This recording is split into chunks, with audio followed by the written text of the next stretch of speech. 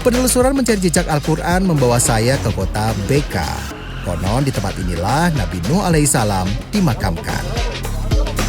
Habibi, telah tahu makam Nabi Nuh? Ya, Syukran.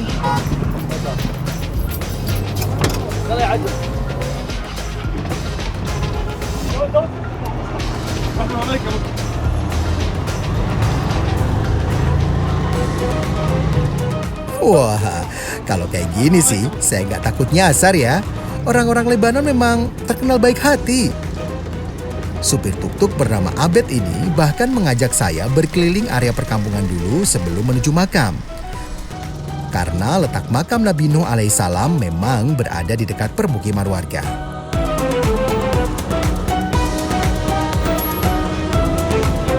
Memasuki area makam, suasana hening langsung terasa.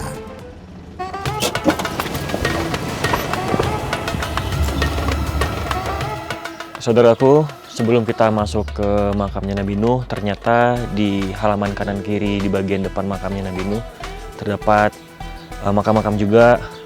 Ya mungkin ini adalah makam-makam yang orang-orang yang berjuang di jalan Allah. Subhanallah. Darinya, tanah itulah kami menciptakan kamu. Kepadanya lah kami akan mengembalikan kamu dan dari sanalah kami akan mengeluarkan kamu pada waktu yang lain. Quran Surat Toha ayat 55. Saudaraku, memasuki ruangan depan makam terdapat prasasti yang menceritakan sejarah singkat dari Nabi Nuh alaihissalam. Saudaraku, sepertinya di sini ada sejarah singkat Nabi Nuh. Coba kita translate ya.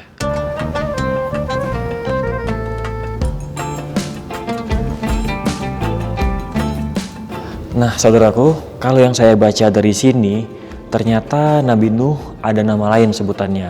Biasa disebut, nah ini bacaannya ada Abdul Ghafar dan Abdul A'la. Nah, terus seperti yang kita tahu ya, kenapa Nabi Nuh dinamakan Nabi Nuh, karena emang Nuh tuh artinya kesedihan. Ya, Nuh ternyata bukan nama asli Nabi Nuh. Menurut beberapa riwayat seperti dalam kitab Badai Al-Zuhur, nama asli Nabi Nuh adalah Abdul Ghafar. Beberapa pendapat lain menyebut nama beliau adalah Yaskur atau Abdul Malik. Nama Nuh sendiri disematkan karena beliau banyak meratap dan menangisi dosa kaumnya yang berbuat syirik kepada Allah Subhanahu wa taala selama 950 tahun masa ia berdakwah. Dalam Al-Quran disebutkan bahwa Nuh adalah utusan Allah. Sungguh, kami telah mengutus Nuh sebagai Rasul kepada kaumnya. Lalu ia berkata, "Wahai kaumku, sembahlah Allah, karena tidak ada Tuhan bagi kamu selain Dia. Sesungguhnya, kalau kamu tidak menyembah Allah, aku takut kamu akan ditimpa azab hari yang besar, hari kiamat." Quran Surat Al-A'raf ayat 59. Assalamualaikum. Saudaraku, makam yang cukup panjang terlihat di depan saya. Hati langsung bergetar. Spontan saya memanjatkan doa di depan pusara Nabi Allah. Suasana kusyuk menyelimuti ruangan makam. Saudaraku, seperti yang kita tahu kalau Nabi Nuh ini adalah Nabi yang ketiga yang harus kita imani ya. Dan ini Masya Allah, panjang sekali makamnya, tidak seperti makam pada umumnya. Saudaraku, Nabi Nuh juga merupakan Nabi pertama yang diberi gelar khusus oleh Allah Subhanahu wa taala atas perjuangannya menyebarkan agama Allah. Saudaraku, Nabi Nuh adalah salah satu Nabi yang diberi gelar Ulul Azmi karena ketabahan dan kesabaran dalam menghadapi umatnya. Subhanallah. Ada 5 nabi yang diberi gelar Ulul Azmi. Nabi Nuh alaihissalam, Nabi Ibrahim alaihissalam, Nabi Musa alaihissalam, Nabi Isa alaihissalam, dan yang terakhir Nabi Muhammad sallallahu alaihi wasallam.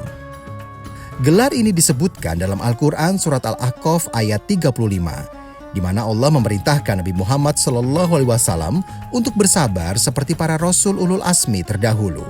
Maka bersabarlah engkau Nabi Muhammad sebagaimana Ulul Azmi, orang-orang yang memiliki keteguhan hati dari kalangan para Rasul telah bersabar dan janganlah meminta agar azab disegerakan untuk mereka.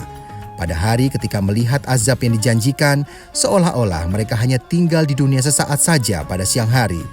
Nasihatmu itu merupakan peringatan dari Allah. Maka tidak ada yang dibinasakan kecuali kaum yang fasik. Quran Surat Al-Ahqaf ayat 35. Saudaraku, kalau kita lihat dari posisi kiblat, sepertinya arah kepala Nabi Nuh alaihissalam di sebelah sini nih. Penasaran dengan panjang dari makam Nabi Nuh, saya pun mencoba mengukurnya.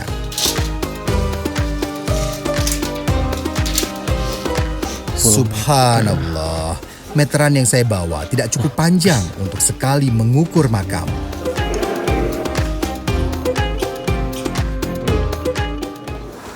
Masya Allah, saudaraku, setelah saya hitung kotor menggunakan meteran ini, ternyata panjang makam ini 6 kali meteran ini.